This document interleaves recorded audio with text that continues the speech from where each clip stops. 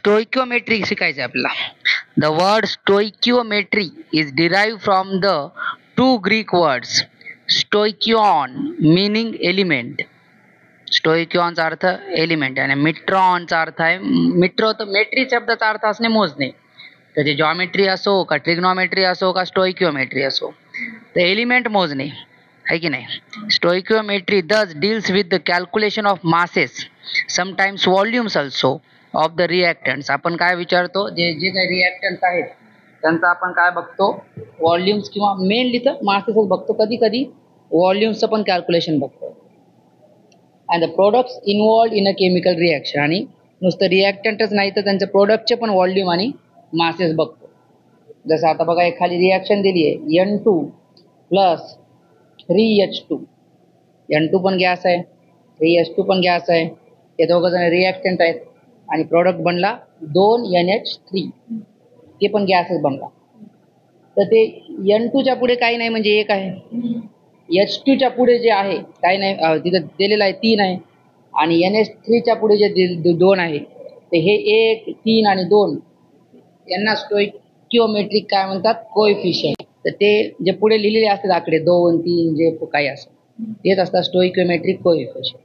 अजून एक रिॲक्शन दिली आहे H2 प्लस O2 आणि H2O जे बनतंय, तर ते हायड्रोजन गॅसच्या पुढे जे 2 आहे, ऑक्सिजन गॅसच्या पुढे जे 1 आहे आणि पाण्याच्या पुढे जे 2 आहे, तेच काय तुमचे स्टोइकियोमेट्रिक कोएफिशियंट.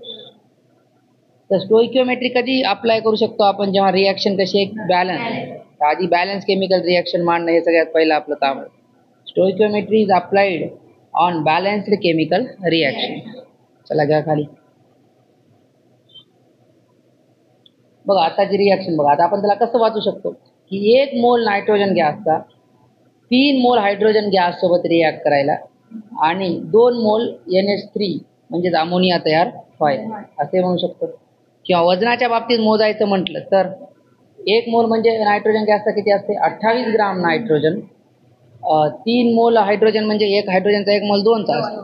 तर 3 म्हणजे किती, 6 ग्राम हायड्रोजन सोबत रिॲक्ट करून 1 NH3 अमोनिया गॅस कितीचा असते, 1 रेणू 17चा. 2 बनायला म्हणजे 34 ग्राम अमोनिया गॅस बनायला, असे म्हणू शकतो. आणि जर व्हॉल्यूमच्या बाबतीत बोलायचं झालं तर गॅससाठी आपण व्हॉल्यूममध्ये मोजू शकतो. 1 मोलची व्हॉल्यूम किती असते, 22.4 लिटर.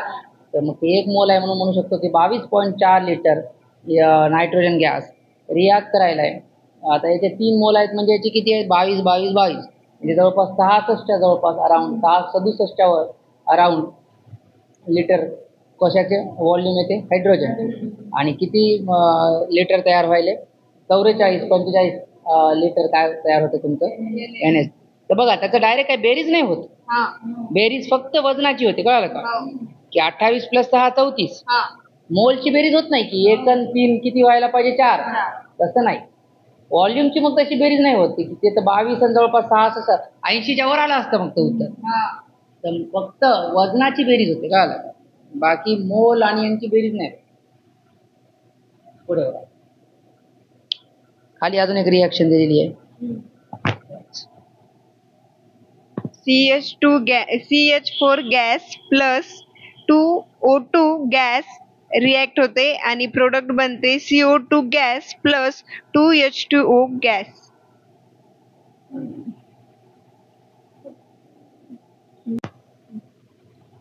चला आता क्वेश्चन बघा काय दिलाय. Wien 64 grams of CH4 is completely burn. Completely burn म्हणजे 64 ग्राम संपणार. कॅल्क्युलेट, पहिल्यांदा तर तुम्हाला काढायचंय मास ऑफ O2 रिक्वायर्ड, की ऑक्सिजन किती लागेल. आणि नंतर काढायचं तुम्हाला mass of H2O and CO2 produce. आता मिथेन जळाल्यानंतर ऑक्सिजनच्या सानिध्यात जी कंबशन रिॲक्शन होते, तर कोणताही हायड्रोकार्बन जळाल्यावर कार्बन डायऑक्साईड आणि पाणीच बनते. तर मग आधी तुम्ही आता याची बॅलन्स केमिकल रिॲक्शन लिहून घ्यायची. तर पॉज करा पाहिजे. चला जा फळ्या. चल बघ. तर मिथेनची काय घेतली बाबा तुम्ही, कंबशन रिॲक्शन. तर CH4 प्लस 2O2. तुम्ही आता आधी काय करायचं, आपण आपलं CH4 घ्यायचं आणि ऑक्सिजन म्हणजे O2 घ्यायचं. आणि हायड्रोकार्बन जळाले की तिकडे कार्बन डायऑक्साईड आणि काय लिहायचं असते, पाणी. तर मग आता तुम्ही बॅलन्स कसं करता तुम्हाला माहिती आहे का, काही टेक्निक तुम्हाला. जेवढे कार्बन हायड्रोकार्बन मध्ये आहेत तेवढेच कार्बन तुम्हाला कशामध्ये पाहिजे कार्बन डायऑक्साईड. आणि त्याच्यानंतर काय असतं तुमचं जेवढे हायड्रोजन तुमच्या हायड्रोकार्बन मध्ये आहेत तेवढेच हायड्रोजन त्याच्या अर्ध स्टोइचियोमेट्रिक कोएफिशियंट लिहायचं पाण्याच्या पुढे, कारण एका पाण्यामध्ये 2 असतात. याची बाय ते कार्बन म्हणजे एक्स असते की नाही आपलं, आणि हायड्रोजनची संख्या आपण काय पकडतो वाय आहे की नाही. तर मग जेवढे कार्बन इकडे एक्स तर तिकडे एक्स, आणि इकडे वाय तर तिकडे y/2 लिहावं. घ्या हे काय वाचायची गरज नाही माझ्यामध्ये, घ्या. बरं परत बघा, Wien 24 gram of carbon is burn, यावेळेस फक्त कार्बनच जाळायचो, हायड्रोकार्बन जाळलं. हायड्रोकार्बन जाळलं तर कार्बन डायऑक्साईड आणि पाणी तयार होते. नुसतं कार्बन जाळलं तर काय नाही, कार्बन डायऑक्साईड तयार होते. तर O2 किती लागेल आणि CO2 किती तयार होईल ते परत काढायचे. तर ते काय सोपं आहे. 12 ग्राम तुम्ही जळायले म्हणजे 1 मोल जळायले, म्हणजे ऑक्सिजनचा 1 मोल लागणार आणि कार्बन डायऑक्साईड 1 मोल तयार होणार, आणि मोलून तुम्हाला वजन काढून घेता येईल. चला घ्या पुढे. अपलोड